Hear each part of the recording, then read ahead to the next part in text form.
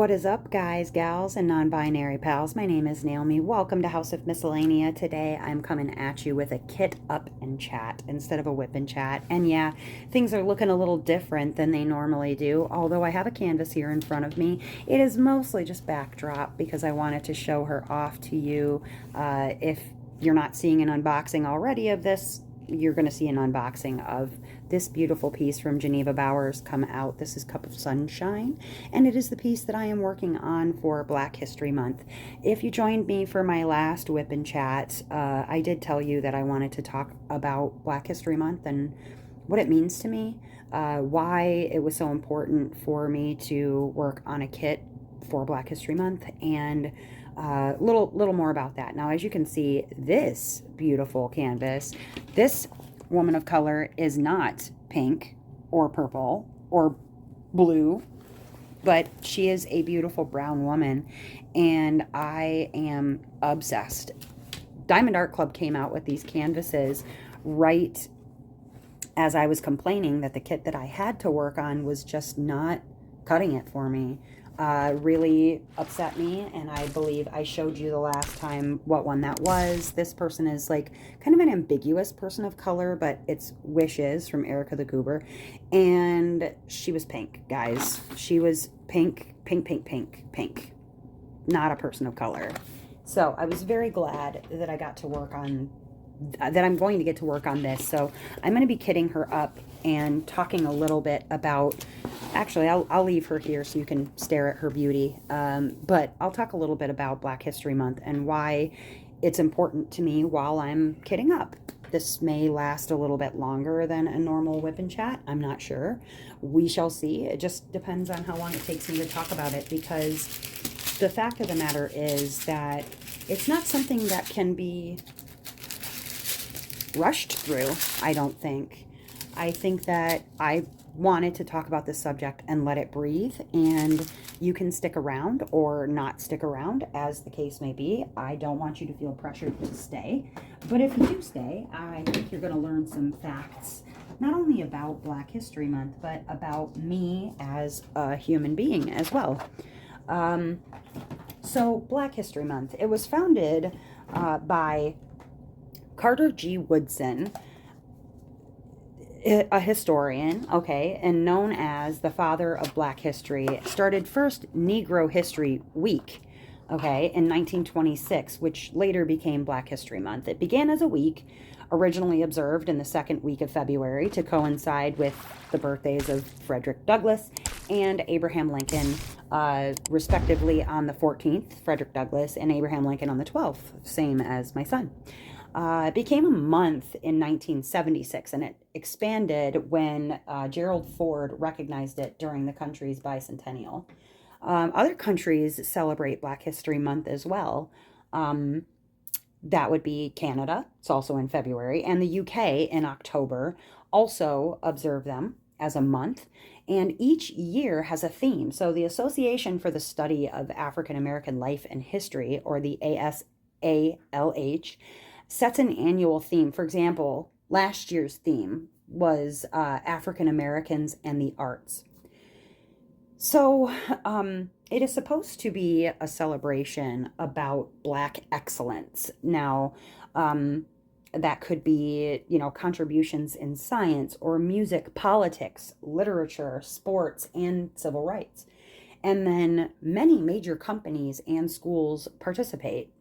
Black history is American history, and while it is emphasized in February, Black history is essential year-round, and it is essential in shaping the United States and global society, which is why I really wanted to focus on it as not only a diamond paint along in the Discord that I run, but also wanted to talk about it for my whip and chats more than just once, as it is very important to me. Now, as a white woman, okay, you can see the color of my skin. I am very pale. It's a strange thing to say that I am impacted. Now, obviously, the ways in which I am impacted by Black History Month is not comparable to a person of color, but I learned to appreciate color as a difference in people kind of at a younger age.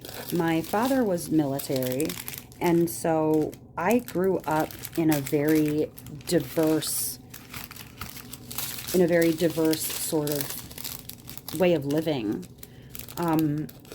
My neighbors were everything from Filipino, Puerto Rican, Black, Mexican, just you name it.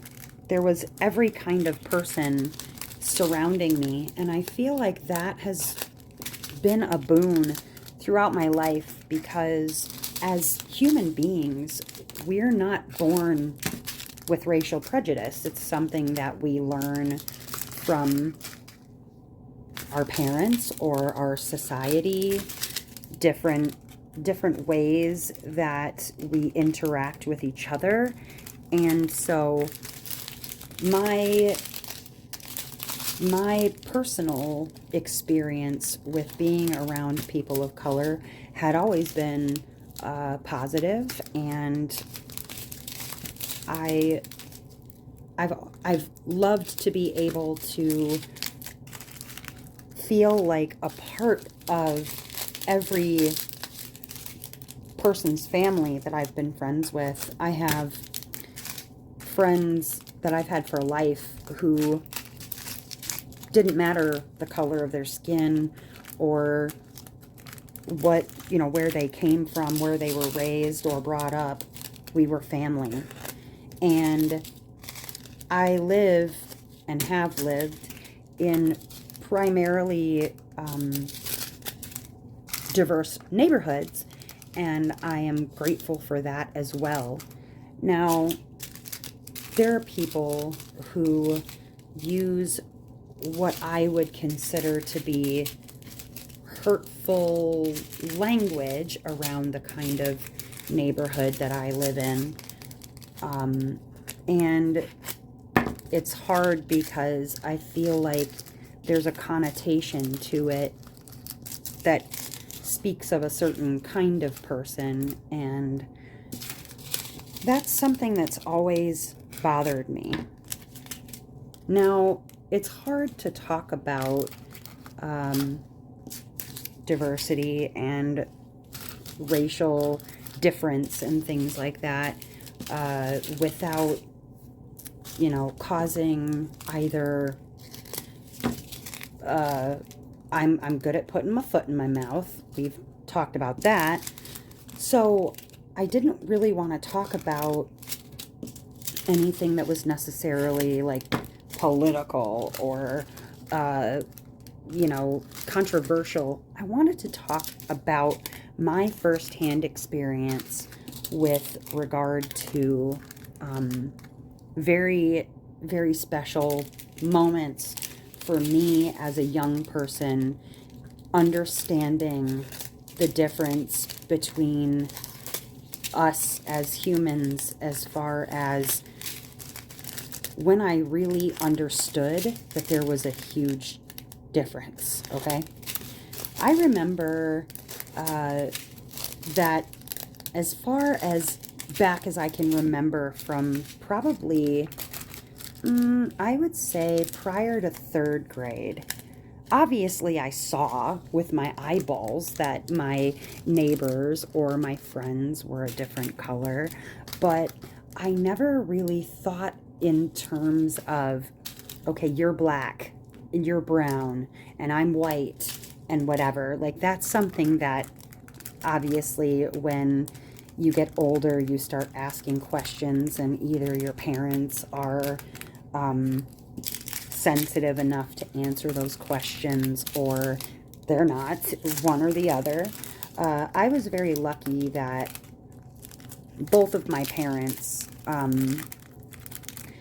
were good at explaining.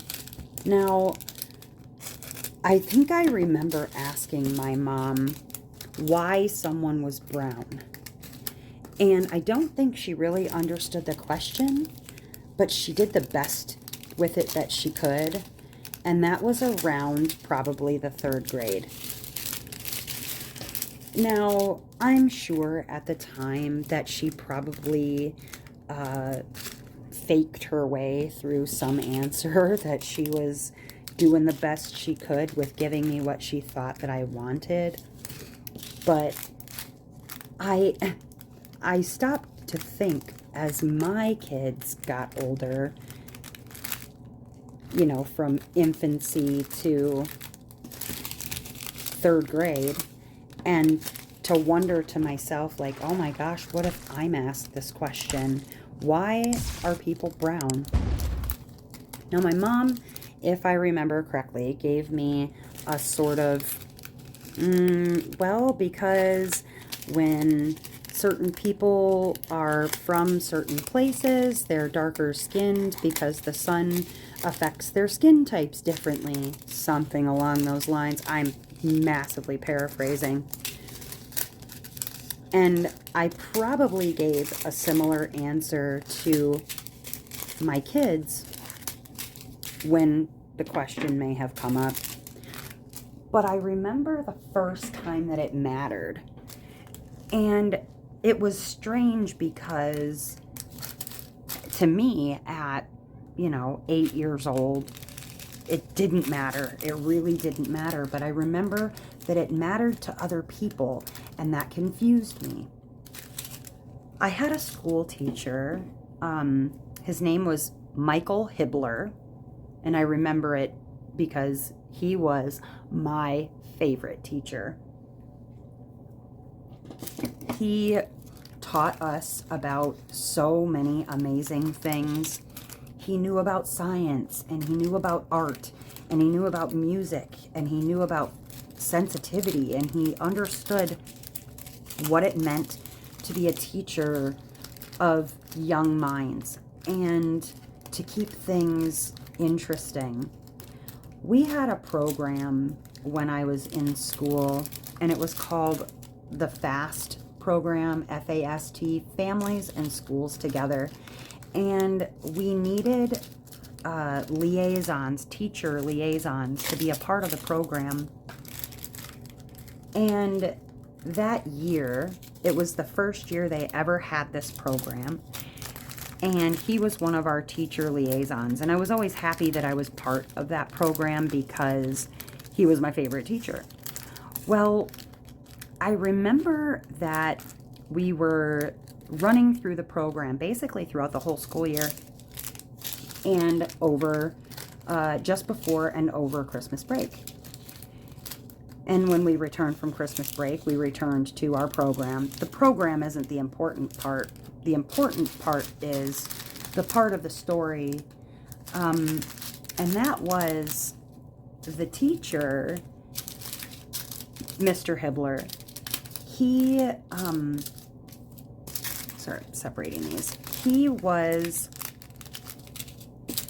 in charge, I'm missing an AB, or a fairy dust? No, I'm not, just kidding. He was in charge of, in this program, he was in charge of keeping kids engaged and basically, if they needed any information about the students that were in the program, they would get it from the teacher. He would be the liaison between the, the school and whatever. Well, we had needed someone to play Santa that year for the program because, like I said, we were going over and through Christmas break, and he volunteered to be Santa. And to me, at the time, I remember that it wasn't important to me that we had a black Santa, but I remembered that it was, for some reason, it was very important to some of the parents. And I thought it was weird that, certain parents, would say things about it. And I think it was the first time, like I said, that I realized that not just that he was a brown person, but that it mattered to somebody, because it never mattered to me. And I remember there being comments like, you know, from other kids, like, Santa's not brown. Or comments from parents like, I mean, that's a little weird. It wasn't weird to me.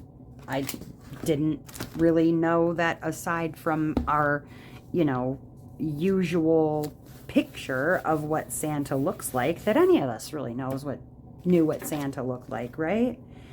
And it was the first time I can remember actually saying something to someone, saying something back to someone for their words when it came to a person of color.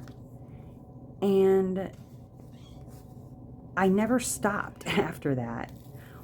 If I felt like something someone said was out of line in some sort of way, or if I felt like something that they said was questionable, I always felt it was, I don't know, maybe my job to educate them on whatever they were talking about.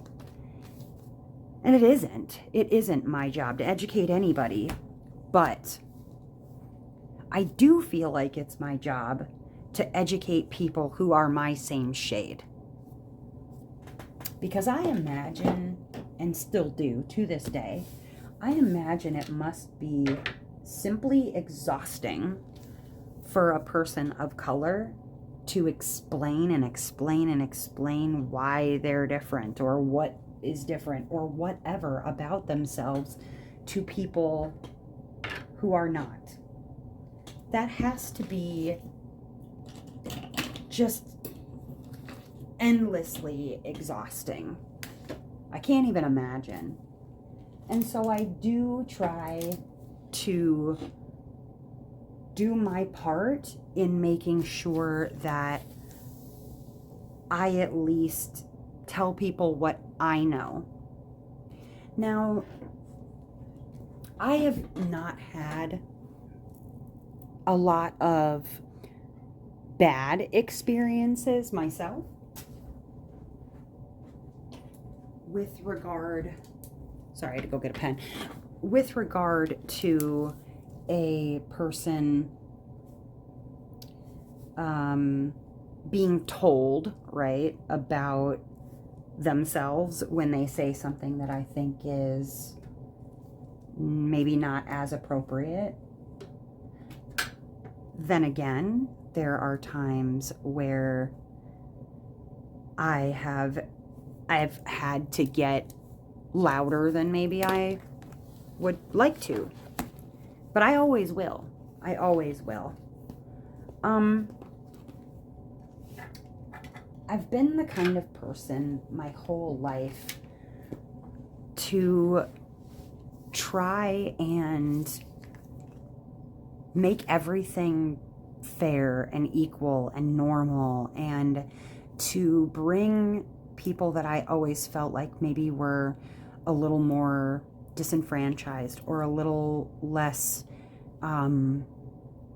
maybe respected in a lot of ways. I've always felt like it was partially up to me to bring people into the fold and to make them feel wanted and loved and needed, because I have many times in my life not felt wanted or loved or needed, and I would hate for anyone on, you know, my watch to feel that way. So I do sometimes, maybe even to my own detriment, go out of my way to educate people on what they may or may not understand. Really quickly, before I go on, I recently got myself an art dot. It's a 4-drawer, these are the drawers, 4-drawer system and it has like this dealie on the top. I got it at Amazon. Really cool. I don't really need this part on the top, but I keep it there anyways. It's the perfect width. It's the perfect height. It fits on my desk beautifully. But these drawers, they have these little tabby deals on them. Let me, if I can get one out of here.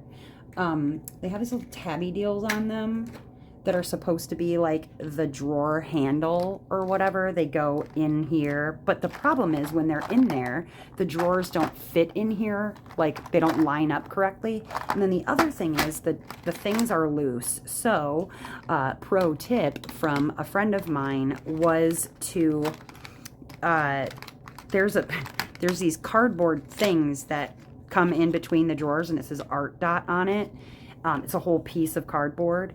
I cut it down to size just underneath, like, you know, just under the lip of the bottle, so that by her suggestion, thank you, Michelle, I put it in there, and now my rows line up perfectly. And when I go to put them back in here, so you can see that there's a bunch of pieces of cardboard in there, so that when I put them back in here, they'll go back where they're supposed to go, instead of like this whole thing just moving around all willy-nilly. But pro tip, thank you, Michelle. I also realized that I don't have enough of my fabric softener sheet, so I need to go get one of those. I will be right back. Okay, I've got my fabric softener, but I've got to cut it up into strips real quick so I can then cut it into little squares. I hate when I don't realize that I have things missing from what I need until I'm like already moving along in the process. So give me just a moment here. I'm going to cut these into strips and then into squares, and I'll be right back with you. Okay, now where in the heck was I? All right, so, yes, I've always felt the need to make others feel like they were important, a part of things, not left out, etc. Why is that? Well, the very first person in my life who made me feel seen and visible and important was that third grade teacher, Mr. Hibbler. Because I remember back then, one, my family was low income. My mom had nothing really to her name. If you keep hearing a weird sound, it's my bird. I don't know what is going on, like her beak is squeaking while she's sleeping. Sorry. I was always low income. And so, you know, back in the day, it was not cool to be low income, shop at Goodwill, you know, thrifty store shopping, etc. Like, so I guess I was cool before it was cool to be cool, whatever. I was not cool, however.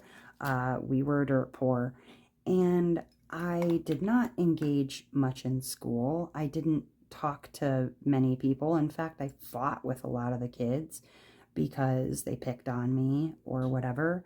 I was very small for my age, and I would fight anybody who looked at me sideways, much less made me feel like I was less than. And I remember getting into a physical fight with a boy in one of my classes, and the teacher, Mr. Hibbler, he took me aside, and I thought, you know, like, oh, I'm in trouble, I'm gonna get expelled, or I'm gonna get kicked out of school, whatever.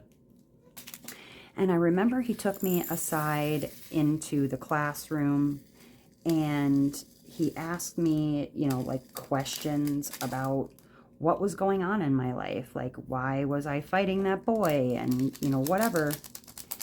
And I remember that this teacher in particular, just knowing that like recess was very hard for me because that's when it was always the worst. Like teachers weren't looking, they weren't watching what was going on.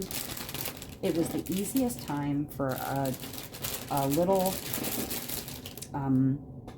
picked on kid to be picked on and for no one to be watching.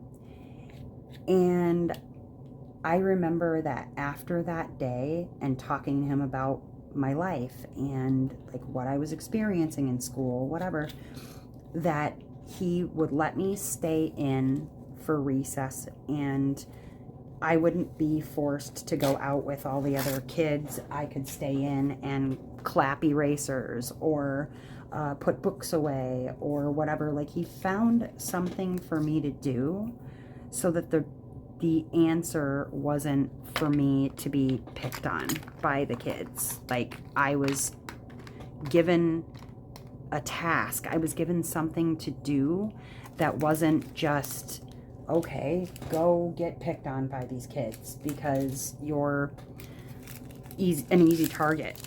Because I was an easy target. And it was the first time that I really felt seen by a person that wasn't my parent, that wasn't my friend, just a teacher, a someone.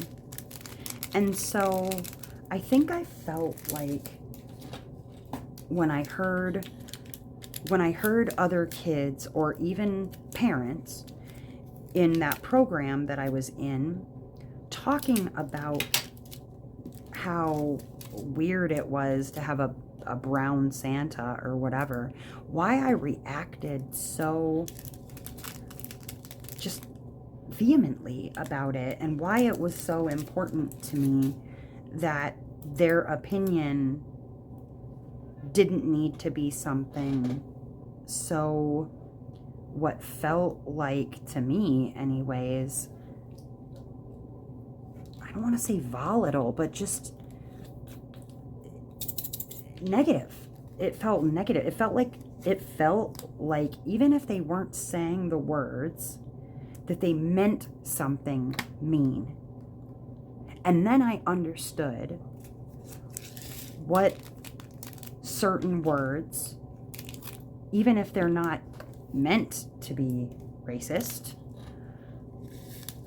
what it means for things to sound wrong or feel wrong, and then how that must feel directed at me, right? If it was me, how it would feel directed at me. And if it weren't for this particular teacher, one, I'm not saying I never would have learned, right? I'm sure I would have learned. Would I have learned as young as I did? Maybe not. I'm missing a color. I am straight up missing a color. I'm a little confused. Hold on. Let me go through these colors again really quick. I can't find 209. Where are you at? 209? Did you fall on the floor? I'll check the floor in a second here. Hold on. Just look through my colors real quick. Make sure I didn't move it somewhere on accident. I don't think I missed anything. Don't want to be missing no colors now. Now through here. I could have dropped it on the floor because I did cut these out separate from each other while I was doing my unboxing. So that could have been my fault. Thankfully, that was all done at the same time. So let me make sure I didn't drop it on the floor and not realize it. Hold on. Oh, look at me missing a whole ass line of drills here. Okay. See, this is why I move slower now when I kit things up, because holy crap, I've made mistakes. I've made plenty of mistakes, I'll tell you. And I probably would have learned that lesson eventually, right? I would have understood it a little bit, but maybe not as early and maybe not as impactfully, because that teacher meant the world to me. Like, as far as I was concerned, because not only did he take me out of a bad situation with regard to my classmates, he didn't expel me, which I thought I was going to get expelled, because I really, like, got into a fist fight altercation with this other kid. So, I mean, he saved my education as far as I was concerned. Not that I really, really cared at the time, but I did. I cared about getting in trouble. I didn't get in trouble. He never told my mom, or he probably did tell my mom, but I just didn't get in trouble for it, because I think he also explained what I explained to him, which was that I was getting picked on, that I felt different. And I think because this was, you know, the 1980s, and I think he really understood what it meant, what I meant, how it felt, and I owe a lot to him. The school that I went to at the time, it was named the Hawthorne School of the Arts, and I remember in the following year, I had switched schools because we moved a lot, neither here nor there, but the following year, that school was renamed Rosa Parks Elementary. And he stayed there for a few more years, and then I think he understood where his calling really was meant to be, and that was at the high school level. And he began teaching at a school called Malcolm Shabazz High School. I didn't know who Malcolm Shabazz was at the time. Of course I do now. This Malcolm X. But I didn't know any of those things. And it's really, like, since those days that I have gone out of my way to learn and to try and understand a little better, because I feel that it is with understanding that we can grow and learn and shape our world in the ways that we want to see it. And so, while I could have settled for a kit that I was not as satisfied with, and just called it good enough, I think about that teacher, and I think about how it felt for me to be treated as though I was different because I was poorer and not popular and wearing hand-me-downs. And these are all things that in my life I can change. They're all things in my life that are completely within my control now that I'm an adult. And the ways that people of color feel different and are treated differently is outside of their control. And that just, it's affected me my whole life. I've felt so strongly about it, and I didn't want to settle, because I wanted to, especially this first year that I'm both doing diamond painting and YouTube, and I'm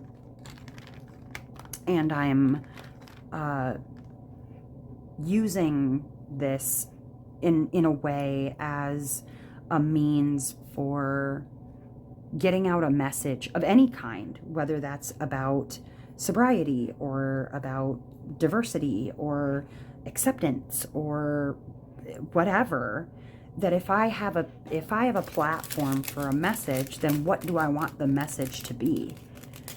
The message should always be never to settle. Don't just settle. Strive for more, ask for more, expect more.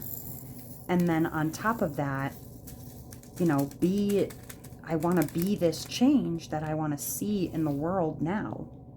And I can't be that change that I want to see in the world now if I don't expect more from myself.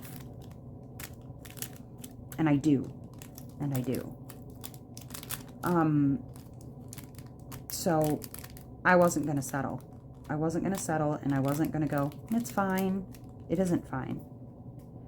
It isn't fine, and I wanted to honor a person that meant so much to me as a young, impressionable person.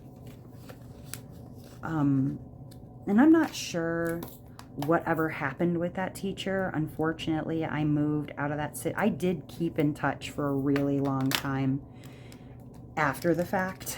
I did keep in touch, and I kept up with what was going on. And I don't know. I suppose I could maybe try and do a Google search or something and see, you know, what's happened with that teacher since then. I'm almost scared to try and find out, especially after losing my mom so young. And I would say he was probably my mom's age, if I had to guess. I would hate to find out that, you know, he'd passed or something and I missed it, you know, because yeah, he really did mean a lot to me as a kid. A whole lot. And that would break my heart if I, not only did he die and then I missed it. Like, I missed the opportunity to speak at a funeral or even to say my goodbyes and my thank yous. But I'd like to think that wherever he happens to be, that I am grateful. Each and every day I'm grateful, because I really don't think I would understand as much as I understand, and to accept as much as I accept, and to feel as much as I feel, if it hadn't been for his kindness and attention to, I mean, obviously my situation is very different again, but someone who felt very alone and without compassion from others. And, you know, that to me, actually, now thinking on it and processing through it, that to me speaks so much, like just volumes about a human being who, feeling disenfranchised themselves, could go out of their way to make another person not feel that way, when that could be the experience of some people of color, specifically black men, every day of their lives. I don't know what it's like. And I can say, oh, I understand, or yeah, I know it's hard. I don't know it's hard. I'm so privileged to not know how that feels.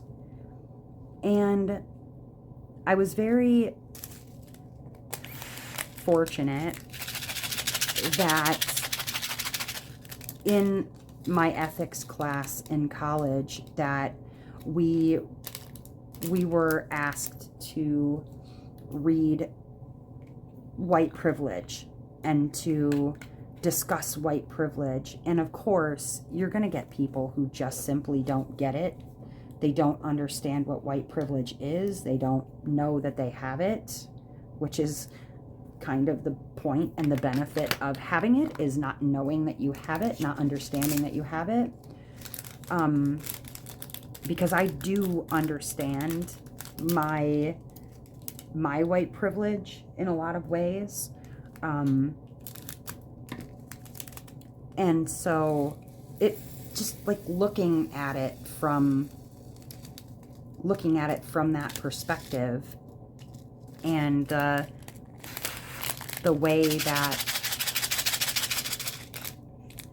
that he was so kind and compassionate when, you know, he didn't have to be. He could be the angry black man, right? And just, well, sucks, doesn't it? You know? And he wasn't that. I mean, I feel like it does obviously take a certain amount of caring and compassion to be a teacher anyways, you know, to teach young people, but to also be kind and compassionate is just, it's huge. It's really huge. And I am grateful for his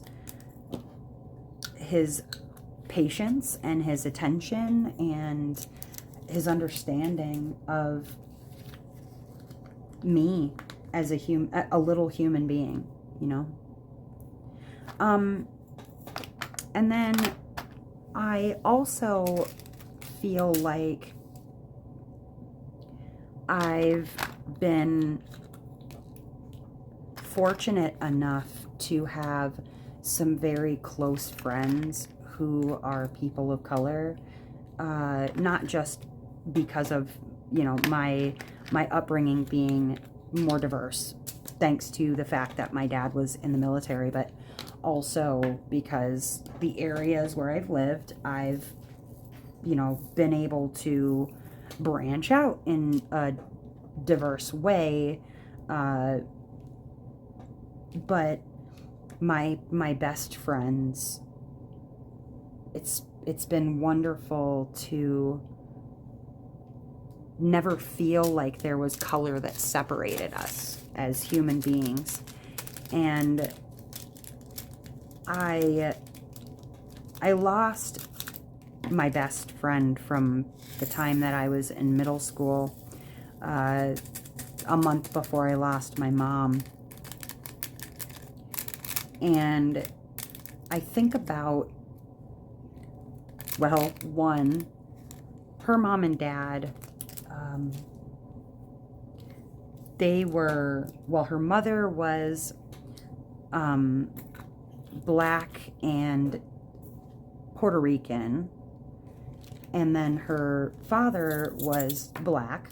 He reminded me of, and forgive the comparison, I only mean the TV show, so I'll put that out there, of like the Cosby Show, like Bill Huxtable. That's who he reminded me of, not in a creepy way, but just very funny, whatever. And by middle school, of course, I understood more. I had seen the movie Malcolm X. I understood things, right? Well, my best friend, her middle name is X. And it's funny there again that a man of color with his two children, her older brother Jamal X and her Asia X, and how they always made me feel like a part of their family. And I think sometimes about what that is like. I can't imagine, obviously, I'll never be able to understand fully, but what that would be like to feel, you know, like different and othered by people, and then to go out of my way to make someone else feel not othered. And the the kindness and the compassion that I have always felt from the people of color in my life is just, it speaks volumes to me of how brave and compassionate those people are. And so, kind of circling back to why it mattered to me that I needed to do a better kit for Black History Month is because I really wanted to honor that relationship and education that I received from a young age. And then also to say thank you to those people who are in my life now, that make a difference in my life now every day. And so, that being said, two people that I would really love to say thank you to. One being Sarah. A massive thank you to Sarah for putting up with my craziness all the time, for being my friend, for helping me understand more and more every day about many things, and also for her introducing me to many wonderful Black artists, specifically Geneva Bowers. Thank you to Sarah. And then secondly to Miss Kat. Kat is just, she's kind and she's patient, and she never fails to ask me, how are you doing? How does that make you feel? How does that affect you? And as stated before, it takes such strength and compassion and courage to go out of your way to make sure I'm okay when sometimes the world does not treat you like you're okay. And so, to both of them, Kat and to Sarah, thank you for educating me. Every day on the Discord, Sarah has been posting facts about Black History Month, and Kat shared just some of the most phenomenal art pieces that she's found via Diamond Art Club or wherever else, with fantastic people of color on the art. And I was just honestly amazed by her collection of beautiful pieces that she has from various artists and places of people of color. Just phenomenal collection. And I color myself incredibly jealous of some of the pieces that she has. I'm like, oh my God, that's beautiful. Oh, that's beautiful. And that's beautiful. So regardless, thank you so much to both Sarah and to Kat. And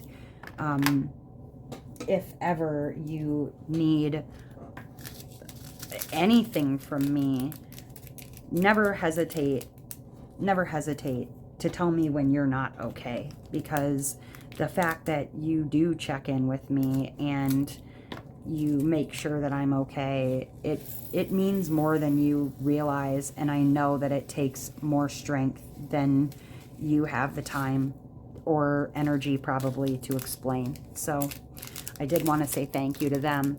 And then I also wanted, because it's been my plan to try and make recommendations, things like that, of different diamond painting content or whatever content to let you guys know about, so that you can go and check those YouTubers out or whatever, or things that I'm watching or that I'm consuming as we speak. One person that I wanted to bring up as far as diamond painters go is Amalia's World of Color. Amalia is a member of the Discord, though she's been very quiet. Probably got life and things going on. No hard feelings. But Amalia's World of Color, she is a diamond painter, and she talks about her life. She talks about being married. She talks about her family. Sometimes her sweet little daughter will also join her on showing off diamond paintings or, you know, things that they've worked on together or apart, whatever. And it is just some of the sweetest content. It's very wholesome.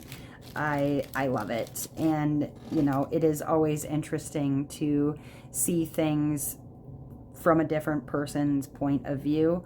Another is Whitney Diamond Paints, I believe. Now don't let me be all, hold on a minute. Meanwhile, while I look up the correct name and make sure that I'm right and not just making things up, Diamonds Shine with Shanta is another one that I really highly recommend. Another person of color and a creator. Let's see. Just checking through my subscriptions so that I make sure that I tell you the right names here. Because if I have it wrong, I'm going to feel like a jerk. Okay. Hold on. Whitney Diamond Paints. Yes, go and check out Whitney Diamond Paints, as well as Diamond Shine with Shanta, Amalia's World of Color. Let's see. Ooh, Diamond Shine with Shanta. She's at 978 subscribers, y'all. You can get her to 1,000. I know that you can. Go on over there and give her a subscribe. Get her to 1,000. Come on now. Tell her Naomi sent you. And then, let's see. Bling It Up is Rochelle. Rochelle is just, she's hilarious. And then, let's see. Kim of Diamonds. You can go check out Kim of Diamonds with a Z at the end. Diamonds. Amalia's World of Color, she's at 622. You can get her up higher than that. Come on, you guys. And then, is there any others on this list? No, those are the ones that I want to tell you about. Whitney Diamond Paints, Diamond Shine with Shanta, Amalia's World of Colors, Whitney Diamond Paints. Oh, Nurse Rachel and Crafts. Nurse Rachel and Craft, she's got more subscribers, but, you know, she's a sneak peeker for Diamond Art Club, so. And then Kim of Diamonds with a Z. She needs some more subscribers, too. But I at least wanted to recommend those people to you. Oh, guys, we got to do our tarot card. Okay, hold on. I haven't even opened the box yet. So let me get the box open. I'll shuffle right here in front of you while we're kitting this up. And then we'll pull ourselves a card. We're going to be pulling from The Fairies Oracle by Brian Froud with text from Jessica Macbeth. Let me shuffle these. Let's see. We're going to shuffle them. If one falls out, we always know that that's the one for us. And then, what else? If you have not watched it yet, there is a wonderful program on Netflix about Madam C.J. Walker.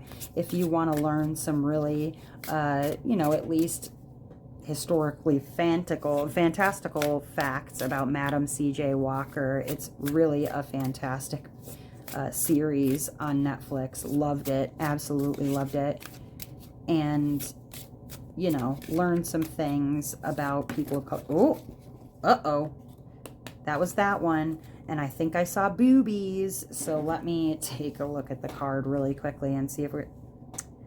I think most of the boobiesies are covered. Okay, it is the Lady of the Harvest. See, her big bubes are covered. Most of the bubes are covered on here. The Lady of the Harvest. Okay, let's see what the Lady of the Harvest has to say to us for our tarot card and thought for the week. Okay. It is time. Oh, completion, grief, lost, harvest, and release are the keywords. It is time to accept change, to move on to the next phase. Power and strength in the present and future come from releasing the past. This is a time of liberation, and we might as well cooperate with it. It will happen whether we want it to or not. Release and liberation may be painful or joyful depending on the circumstances. Cry if you need to. Be joyful if that is appropriate, but in either case, trust the process, acknowledge what you feel, and prepare to move on. Okay, moving on. So I personally, I haven't felt like there's this massive change in the wind for me or anything. Like I've been doing anything lately that requires this huge shift or this huge change in me. But that is not to say that people, you guys out there, that you are not experiencing something that is changing your life. Whether that be a change of finances and you needing to find a new job, or a change in home situation where maybe you need to make some changes to better your life and get moving out of a bad situation. Whatever it happens to be, you know, I've always felt like, yeah, there's this whole feeling around new year, new you, you know, whatever. It doesn't need to be a new year to be a new you. It doesn't need to be a new month, a new week, a new day. You're going to be the new you. Sometimes, whether you like it or not, whether you're trying to be or not, whether you thought you could be or not. And a lot of times, many of us are afraid of what is out there, you know, what could be, or what should be, or what will be, or what we don't want to be. And the fact of the matter is that whether you're ready to accept change or not, it's going to come for you. You know what I mean? It's going to happen regardless. And so the best things that you can do sometimes when you're on that, you know, roller coaster of life, and you feel the roller coaster ticking you all the way up the hill, and you think that you're preparing for a fall. Sometimes the best thing to do is throw your hands up in the air and just woohoo it on the way down. Oftentimes I have really fought against that feeling. Like I've decided, you know, I don't have to change. I'm not gonna. I don't want to. You can't make me. And then life gives me a kick straight to my butt and says, well, guess what? Yes, you are. I just want you to know that, you know, no matter what changes that life has in store for me and for you and for our friends and our families, that whether it's for good or bad, it's a coming either way. And you can throw your hands up and embrace it and just go along for the ride, or you can fight against it, make it harder for yourself, and fail or fall, whichever. Just know that no matter how crappy you're feeling about this change, you don't ever have to do it alone. I know you don't necessarily know me, and I don't necessarily know you, but if you do need somebody, you do feel alone, truly and honestly, just hit me up, say, hey, I need to talk, or whatever. And if I can support you in some sort of way, I will support you in whatever way I can. I won't leave a person hanging like that. I won't do that. You're too important in the world and on this earth, and even if it's not me, somebody needs you, okay? But I will leave it there for now. Perhaps I will share another story next week as we continue to celebrate Black History Month. You can kind of see where I'm at with this piece, because I guarantee you I will have already started working on it, because she's gorgeous, and we'll see what comes of next time. But you guys, I just, as ever and as always, I hope that wherever you are in this great big beautiful world of ours, that you are having a wonderful morning, evening, or afternoon, whatever time it is, wherever your cup of sunshine happens to be. I'll see you soon, okay? Bye-bye.